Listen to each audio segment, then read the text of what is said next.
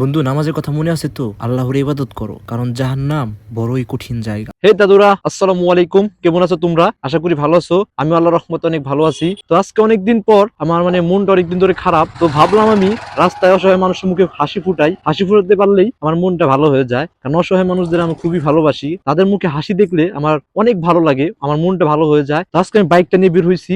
রাস্তায় যে কোনো অসহায় মানুষকে দেখলেই আমি তার মুখে হাসি ফোটানোর চেষ্টা করব। আর তোমরা অবশ্যই যাই করো নামাজটা পড়ে নিবা। তো চলো যাওয়া যায়। বিসমিল্লাহির রহমানির রহিম।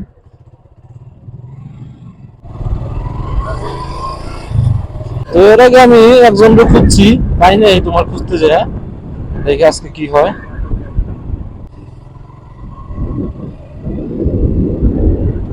যেভাবে অ্যাক্সিডেন্ট হয় সবাই ভয় পায় চালাইতে, হুন্ডা হুন্ডা তোমরা কখনো ওই জোরে টানবে না। আজকে হলো ওইখানে হাটির দিন, তো আমরা হাটে যাই। যদি না পাই তাহলে ভাগ্যটা মনে করবো খারাপ। তো হাটে যাওয়ার পর একটি লোককে দেখতে পাই, যার পায়ের হাড়গুলো একদম বেঁকে গেছে। সে এখন অচল হয়ে গেছে। সে এখন কিছু করতে পারে না দেখে মানুষের কাছে হাত পেতে তার জীবন নির্বাহ করে। তো তাকে দেখে ক্ষুধার্ত মনে হলো, এজন্য আমার ব্যাগে খাবার ছিল, আমি তাকে নিয়ে দিলাম। তো খাবার নিয়ে দেওয়ার পর সে আমার জন্য দোয়া করে দিল। সে আমার জন্য দোয়া করলো আমি যেন অসহায় মানুষদের এভাবে সাহায্য করতে পারি। তো তাকে আমি জিজ্ঞাসা আপনার মাদার সাইজ কত? সে আমাকে বলল তার মাদার সাইজ। তো আমরা একটা মুরব্বী মানুষের পাইছি, তার জন্য আমরা তার মাজার মাপটা বলছিলাম যে 30 হবে নাকি। 30 কোমরের একটি প্যান্ট আনছি, তোমাদের দেখাই। এই যে এখানে 30 কোমরের প্যান্ট। আর একটা হলো তোমাদের দেখিয়ে নেই, আর একটা হলো তোমাদের এই গেঞ্জি আনছি। তো আমরা দুটা তাকে দিব। তো আমি এখন এই প্যান্ট এবং গেঞ্জিটা তাকে দিব, আমি তাকে দেওয়ার জন্য যাচ্ছি।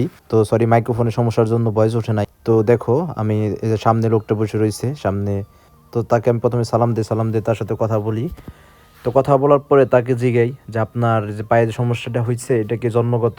সে বলে না, আমার একটা ট্রাক অ্যাক্সিডেন্ট হয়েছিল। তো সে ট্রাক চালাইতো, ট্রাক অ্যাক্সিডেন্ট হওয়ার কারণে তার পায়ের হাড্ডিগুলো একদম ভেঙে গেছে। আমি বললাম যে আপনি কি চাপ দিন নাই? কয় অনেক চাপ দিছি, 1-1.5 লাখ টাকা খরচা করছি, তাও আমার ঠিক হয় নাই। পরে এখন সে অসহায় হয়ে কি করবে, পাও তো ভালো না, কাজ করতে পারে না, এজন্য সে মানুষের কাছে হাত পাতে তার জীবন নির্বাহ করে চেয়েছে।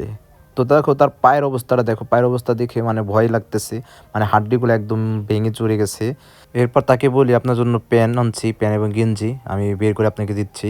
সে বলে দাও। তো আমি ফুল প্যান্টটা বের করে তাকে দেখাই যে লাগবে কি না। সে বলে মাজার ঠিক আছে, নিচে হয়তো চাপা হবে, কিন্তু এটা বাসায় গিয়ে পড়তে হবে, বাসায় গিয়ে পড়ে দেখলে আমি বুঝতে পারবো। আমি বলি ঠিক আছে, আপনি বাসায় গিয়ে দেখে পড়বেন। তারপরে সে নিজেই বলি সমস্যা নাই, এটা লাগবে, আমি দেখি বুঝতেছি লাগবে।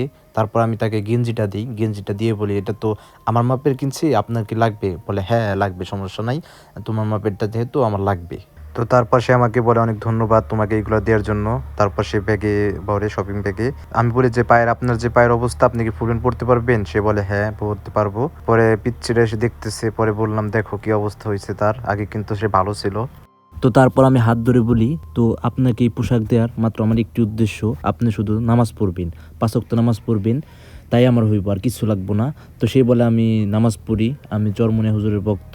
আমি বলি ঠিক আছে, আমার কথা দিন, আপনি 5 ওয়াক্ত নামাজ পড়ার চেষ্টা করবেন।